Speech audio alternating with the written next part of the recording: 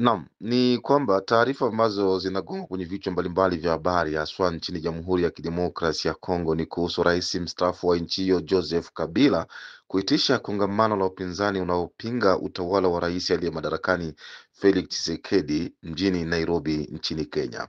Story iko hivi, mpenzi msikilizaji. Rais wa zamani wa Jamhuri ya Kidemokrasia ya Kongo Joseph Kabila Kabange aliyehukumiwa kifo Septemba 30 mwaka huu na mahakama ya kijeshi nchini Jamhuri ya Kidemokrasia ya Kongo ameitisha kongamano la kisiasa mjini Nairobi nchini Kenya. Kongamano hilo linakuja wiki mbili tu baada ya kuhukumiwa kifo na mahakama ya kijeshi ya DR Congo ambayo ilimpata na hatia ya uhaini na uhalifu dhidi ya amani nchini humo.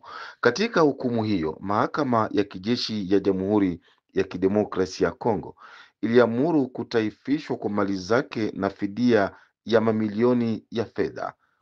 Kwa mujibu wa taarifa, rais huyo wa zamani wa Jamhuri ya Kidemokrasia ya Kongo Joseph Kabila amewaalika wapinzani kadhaa kwenye mkutano uliopangwa kuanza leo Oktoba 14 jijini Nairobi nchini Kenya, akiwemo waziri mkuu mstaafu wa nchi hiyo Matata Mponyo, yuko pia Moise Nyarugabo na wengine wafanya siasa kibao.